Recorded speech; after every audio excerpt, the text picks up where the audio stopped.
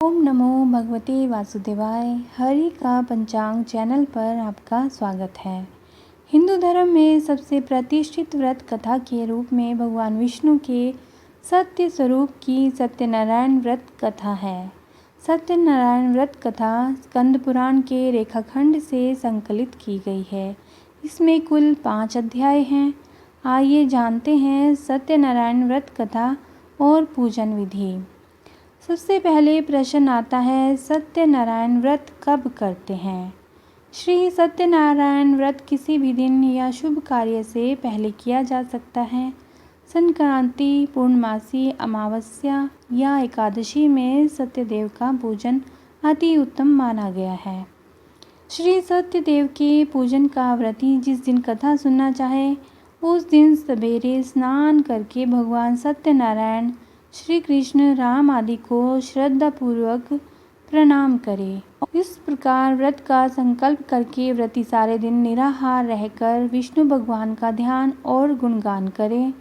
शाम के समय स्नान करके पूजन के स्थान में आकर आसन पर बैठकर आचमन करें तथा पवित्री धारण करें। गाय के गोबर से अल्पना बनाएं और उस पर पूजा की चौकी रखें। चौकी के चारों ओर केले के पत्ते लगाएं। चौकी पर भगवान सत्यनारायण, शालिग्राम या विष्णु या फिर कृष्ण जी या फिर राम, कोई भी विष्णु अवतार को स्थापित करें। पूजा प्रारंभ करने से पहले गणपति की पूजा करें। फिर इंद्र आदि 10 दिक्पाल, पंच लोकपाल, सत्यनारायण, लक्ष्मी, महादेव और ब्रह्मा आदि देवता की धूप दीप आदि से पूजा करें और भोग लगाएं। इसके बाद भगवान सत्यनारायण की कथा पढ़कर आरती करें। फिर पुरोहित को दक्षिणा और वस्त्र आदि दे। भोजन करवाने के बाद अंत में स्वयं भोजन करें। सत्यनारायण कथा में केले के पत्ते व फल के अलावा पंचामृत, पंचगव्य, सुपारी, पान, तिल, मोली, रोली, कुमकुम, दूर्वा की आवश्यकता होती है, जिनसे भगवान की पूजा होती है। पंचामृत सत्यनारायण की पूजा के लिए दूध, मधु, केला, गंगा जल, तुलसी पत्ता, मेवा मिलाकर पंचामृत तैयार किया जाता है। इन्हें प्रसाद के तौर पर फल, मिष्ठान के अलावा आटे को भूनकर उसमें चीनी मिलाकर एक प्रसाद बनाते हैं, जिसे सत्तू या फिर पंजीरी कहा जाता है। उसका भी भोग लगता है। सत्यनारायण भगवान की कथा में पंजीरी और पंचामृत का विशेष महत्व है। तो आइए प्रारंभ करते हैं पहला अध्याय। एक समय की बात है, नैमिषारण्य तीर्थ में शौनक आदि ऋषियों ने श्री महर्षि सूत जी से पूछा, प्रभु, इस कलयुग में वेद विद्या रहित मनुष्यों को प्रभु भक्ति किस प्रकार मिल सकती है तथा उनका उद्धार कैसे होगा? हे मुनि श्रेष्ठ, कोई ऐसा उपाय बताइए जिससे थोड़े समय में ही पुण्य मिले और मनवांछित फल भी मिल जाए। सभी शास्त्रों के ज्ञाता श्री सूत जी बोले, हे वैष्णवों, ऐसा ही प्रश्न नारद जी ने भगवान विष्णु से किया था। भगवान विष्णु ने नारद जी को बताया, वह मैं आप लोगों को बताऊंगा। आप सभी इसे ध्यान से सुनिए। एक समय की बात है, महर्षि नारद विष्णु लोक में जाकर नारायण की स्तुति करने लगे। स्तुति करने के बाद भगवान विष्णु ने नारद जी से कहा, महाभाग, आप किस प्रयोजन से आए हैं? आपके मन में क्या है, कहिए, वह सब कुछ मैं आपको बताऊंगा। श्री नारद जी बोले, भगवान, मृत्युलोक में अनेक योनियों में जन्मे मनुष्य अपने कर्मों के द्वारा अनेकों क्लेशों से दुखी हो रहे हैं। हे नाथ, किस लघु उपाय से उनके कष्टों का निवारण हो सकेगा? यदि मेरे ऊपर आपकी कृपा हो तो बताइए। श्री हरि बोले, हे वत्स, मनुष्यों की भलाई के लिए तुमने अच्छी बात पूछी है। जिसके करने से मनुष्य मोह से छूट जाता है, उसे मैं आपको बताता हूँ, सुनिए। स्वर्ग और मृत्युलोक में भगवान सत्यनारायण का एक महान पुण्यप्रद व्रत है। आपके स्नेह के कारण इसे आपसे कह रहा हूँ। अच्छी प्रकार से विधि विधान से भगवान सत्यनारायण का व्रत करने से मनुष्य शीघ्र ही सुख प्राप्त करके परलोक में मोक्ष प्राप्त कर सकता है। श्री हरि के वचन सुनकर नारद जी बोले, प्रभु इस व्रत को करने का क्या फल है, इसका क्या विधान है, यह व्रत किसने किया था और इसे कब करना चाहिए, सभी कुछ विस्तार से बताइए। श्री हरि बोले, यह सत्यनारायण व्रत दुख शोक दूर करने वाला, धन धान्य की वृद्धि करने वाला, सौभाग्य और संतान देने वाला तथा सर्वत्र विजय प्रदान करने वाला है।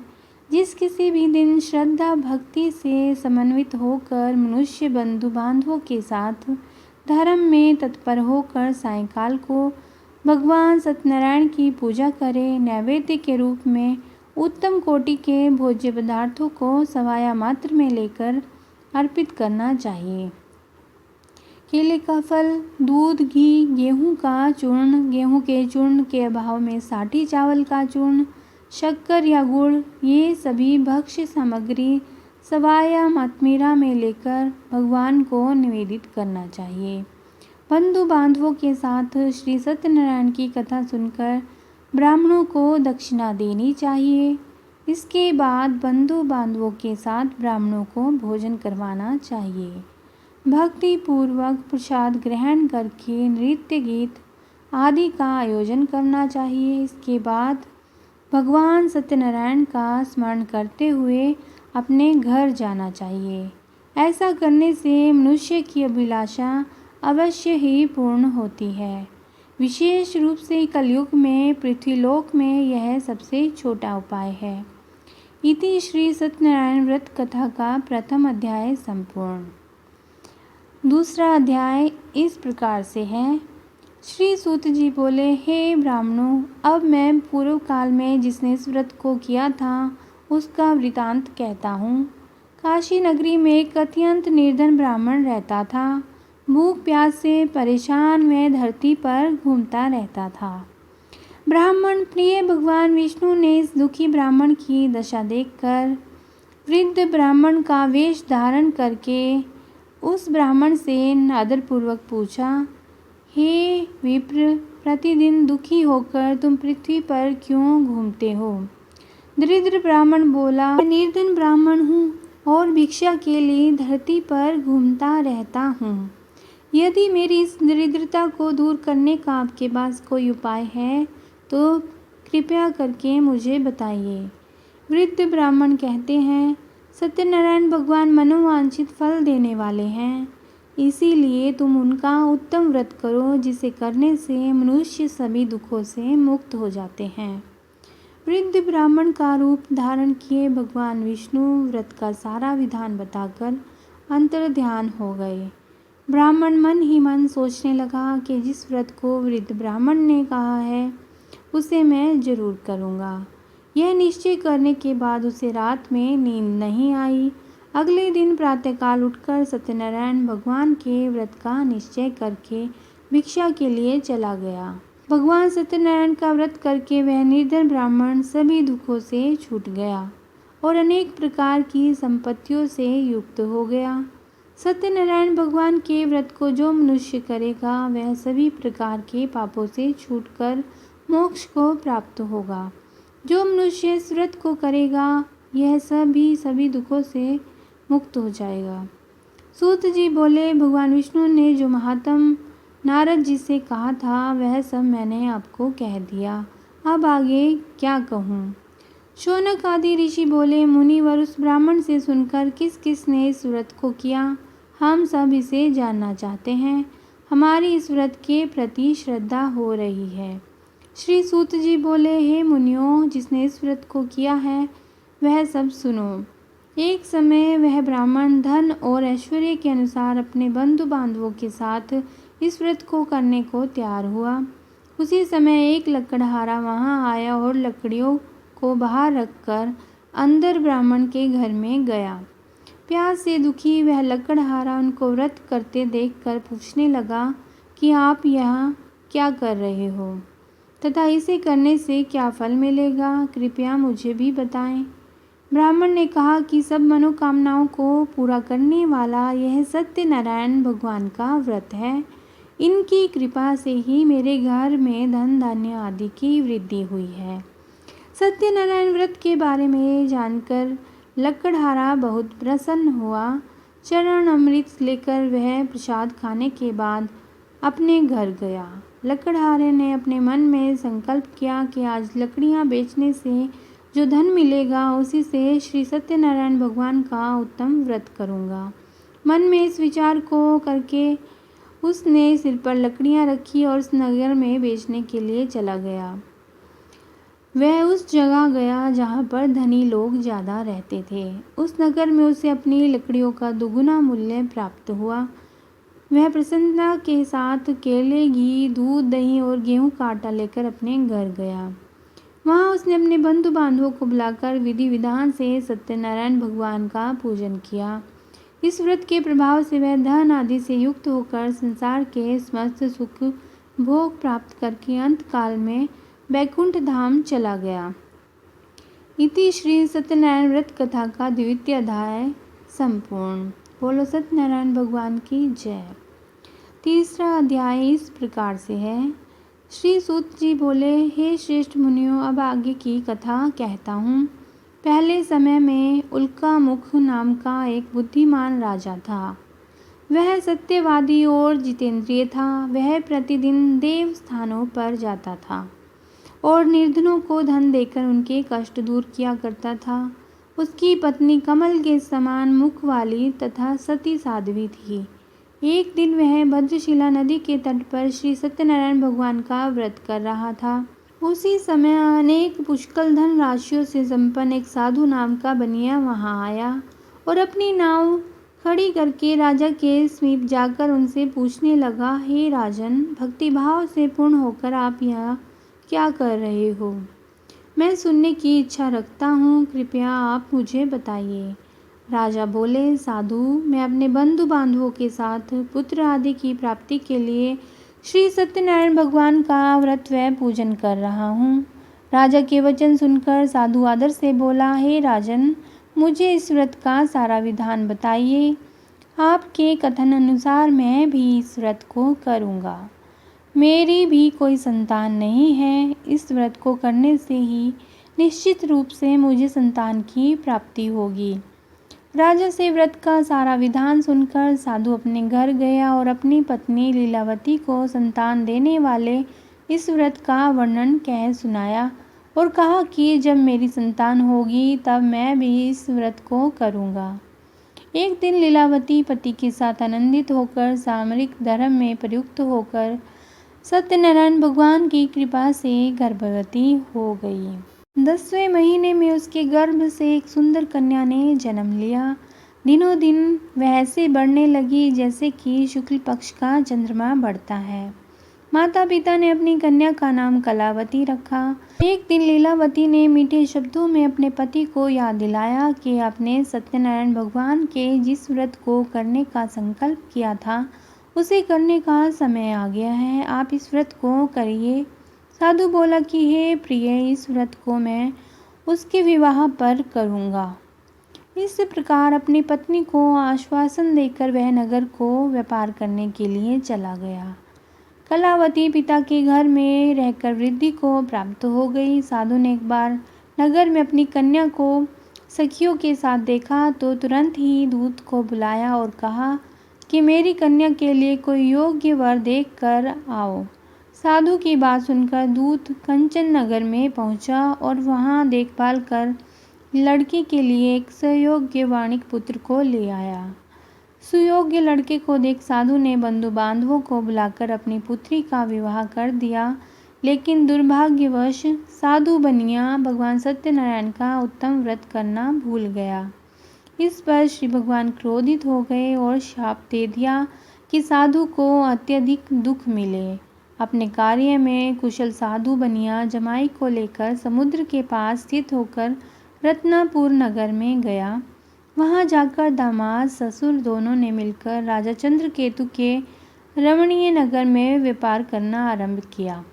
एक दिन भगवान सत्यनारायण की माया से एक चोर राजा का धन चुराकर भाग रहा था। उसने राजा के सिपाहियों को अपना पीछा करते देख चुराया हुआ धन वहीं पर रख दिया जहाँ साधु अपने जमाई के साथ ठहरा हुआ था।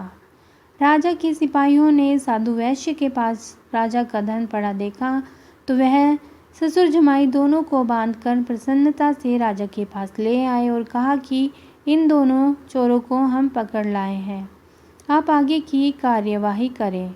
राजा की आज्ञा से उन दोनों को कठिन कारावास में डाल दिया गया और उनका सारा धन भी उनसे छीन लिया। सत्यनारायण भगवान से शाप से साधु की पत्नी भी बहुत दुखी हुई। घर में जो भी धन रखा था उसे चोर चुरा कर ले गए। शारीरिक तथा मानसिक पीड़ा व भूख प्यास से अति दुखी होकर अन्न की चिंता में कलावती एक ब्राह्मण के घर गई। उसने वहाँ पर देखा कि श्री सत्यनारायण का व्रत हो रहा है। उसने वह कथा भी सुनी और प्रसाद लेकर घर को आ गई। वापिस आने पर माता ने कलावती से पूछा कि हे पुत्री, अब तब तुम कहाँ थी और तुम्हारे मन में क्या है? कलावती ने अपनी माता से कहा, हे माता, मैंने एक ब्राह्मण के घर में मनोरथ प्रदान करने वाले व्रत को देखा है, जिससे कि लीलावती व्रत करने को उद्यत हुई और भगवान से वर मांगा कि मेरे पति तथा जमाई शीघ्र घर पर आ जाएं। साथ ही यह भी प्रार्थना की कि हम सब का अपराध क्षमा करें। श्री सत्यनारायण भगवान इस व्रत से संतुष्ट हो गए और राजा चंद्रसेन के सपनों में दर्शन दिया कि राजन, तुम उन दोनों वैश्यों को छोड़ दो, जो भी लिया है उसे वापस कर दो। अगर ऐसा नहीं किया तो मैं तुम्हारा धन, राज्य व संतान सभी को नष्ट कर दूंगा। राजा को यह सब कहकर वह अंतर्ध्यान हो गए। प्रातः सभा में राजा ने अपना सपना सभी को सुनाया। फिर बोले कि वणिक पुत्रों को कैद से मुक्त करके सभा में ले आओ। दोनों ने आते ही राजा को प्रणाम किया। राजा मीठी वाणी से बोले, प्रारब्धवश तुम्हें कठिन दुख प्राप्त हुआ, लेकिन अब तुम्हें कोई भय नहीं है। ऐसा कहकर राजा ने उन दोनों को नए वस्त्र आभूषण भी पहनाए और जितना धन उनका लिया था उससे दुगना धन वापस कर दिया। दोनों वैश्य अपने घर को चल दिए। श्री सत्यनारायण भगवान व्रत कथा का 3य अध्याय संपूर्ण। बोलो सत्यनारायण भगवान की जय। 4th अध्याय। श्री सूत जी बोले, वैश्य ने मंगलाचार कर अपनी यात्रा प्रारंभ की और अपने नगर की ओर चल दिए। उनके थोड़ी दूर जाने पर एक दंडी सन्यासी का वेश धारण करके उन भगवान विष्णु के रूप में उनसे पूछा, हे साधु, तेरी नाव में क्या है? साधु ने अभिमान पूर्वक हंसते हुए कहा, दंडी, क्यों पूछते हो? क्या कुछ द्रव्य लेने की इच्छा है? मेरी नाव में तो बेलपत्र भरे हुए हैं। वैश्य के कठोर वचन सुनकर भगवान बोले, तुम्हारा वचन सत्य हो। दंडी के ऐसे वचन कहकर कुछ दूर जाकर समुद्र के किनारे पर बैठे जाने के बाद साधु वैश्य ने नित्य क्रिया के पश्चात नाव को देखा तो आश्चर्य में पड़ गया। नाव में बेल और पत्ते आदि देखकर वह मूर्छित होकर जमीन पर गिर पड़ा। सचेत होने पर अत्यंत शोक में डूब गया। तब उसका दामाद बोला कि आप शोक न मनाएं, यह दंडी का ही अभिशाप है, इसीलिए हमें उनकी शरण में जाना चाहिए। वह दूर नहीं है, वो यहीं पर बैठे हैं। दामाद की बात सुनकर वह दंडी के पास पहुंचा और अत्यंत भक्तिभाव से नमस्कार करके बोला, मैंने आपसे जो जो असत्य वचन कहे थे उनके लिए मुझे क्षमा कर दें। ऐसा कहकर वह महान शोकातुर होकर रोने लगा। तब दंडी भगवान बोले, वणिक पुत्र, मेरी आज्ञा से बार बार तुम्हें दुख प्राप्त हुआ। साधु बोला, हे भगवान, आपकी माया से ब्रह्मा आदि देवता भी आपके रूप को नहीं जानते, तब मैं अज्ञानी कैसे जान सकता हूँ? आप प्रसन्न होइए, अब मैं सामर्थ्य के अनुसार आपकी पूजा करूँगा। मेरी नौका में स्थित जो भी धन है उसकी तथा मेरी रक्षा कीजिए।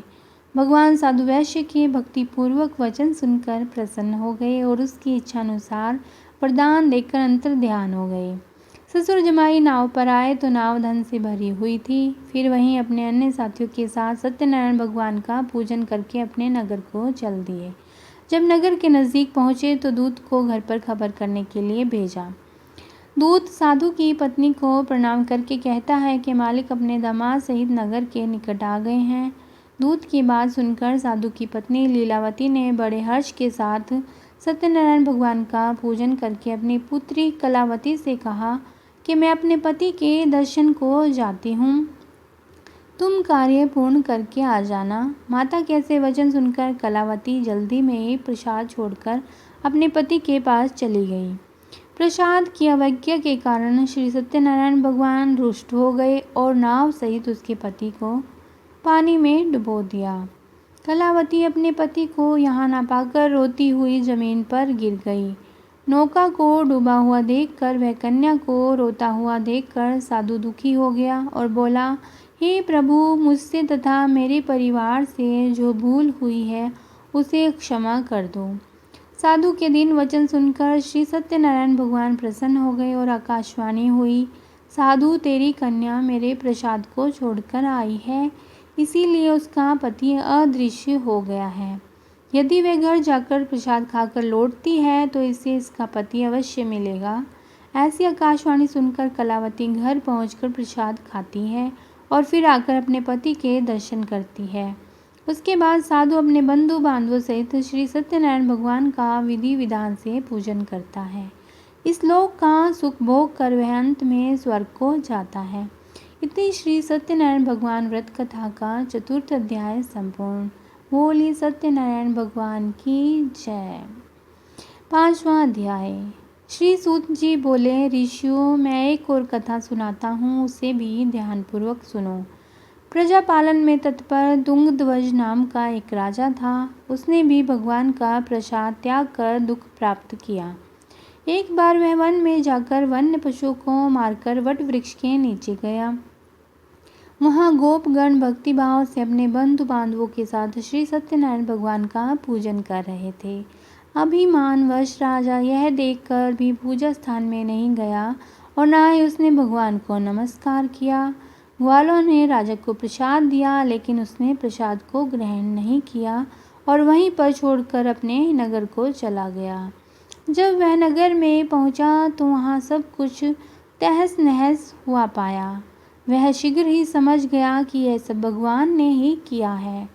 वह दोबारा ग्वालों के पास पहुंचा और विधि पूर्वक पूजा करके प्रसाद ग्रहण किया। भगवान की कृपा से सब कुछ पहले जैसा हो गया। दीर्घ काल तक सुख भोगने के बाद मरण उपरांत उसे स्वर्गलोक की प्राप्ति हुई। जो मनुष्य परम दुर्लभ इस व्रत को करेगा उसे भगवान सत्यनारायण की अनुकंपा से धन धान्य की प्राप्ति होती है। निर्धन धनी हो जाता है और भय मुक्त होकर जीवन जीता है। संतानहीन मनुष्य को संतान सुख मिलता है और सारे मनोरथ पूर्ण होने पर मानव अंत काल में वैकुंठ धाम को जाता है। श्री सूत जी बोले, जिन्होंने पहले इस व्रत को किया है, अब उनके दूसरे जन्म की कथा कहता हूँ। शतानंद ब्राह्मण दूसरे जन्म में सुदामा नामक ब्राह्मण हुए, जिन्होंने श्री कृष्ण जी का बाल सखा होकर अनन्य मुक्ति को प्राप्त किया। लक्कड़हारा भील राजा गुह हुआ, जिसने श्री रामचंद्र की सेवा की और अंत में मुनि दुर्लभ गति पाई। राजा उल्का मुख दूसरे जन्म में दशरथ नाम से प्रसिद्ध हुए, जो श्री भगवान रामचंद्र के पिता थे। धार्मिक बनिया राजा मोरध्वज हुआ, जिसने अपने पुत्र की आदि देह श्री कृष्ण को अर्पण कर दी थी। राजा तुंगध्वज स्वयंभू मनु का अवतार हुआ। जो गोपगण थे वह ब्रजमंडल में निवास करने वाले गोप हुए। उन्होंने ब्रजमंडल में राक्षसों का संहार करके भगवान का शाश्वत धाम गोलोक प्राप्त किया। इति श्री सत्यनारायण व्रत कथा का 5वां अध्याय संपूर्ण। तो यह थी सत्यनारायण भगवान की कथाएं जो आपने श्रवण करी।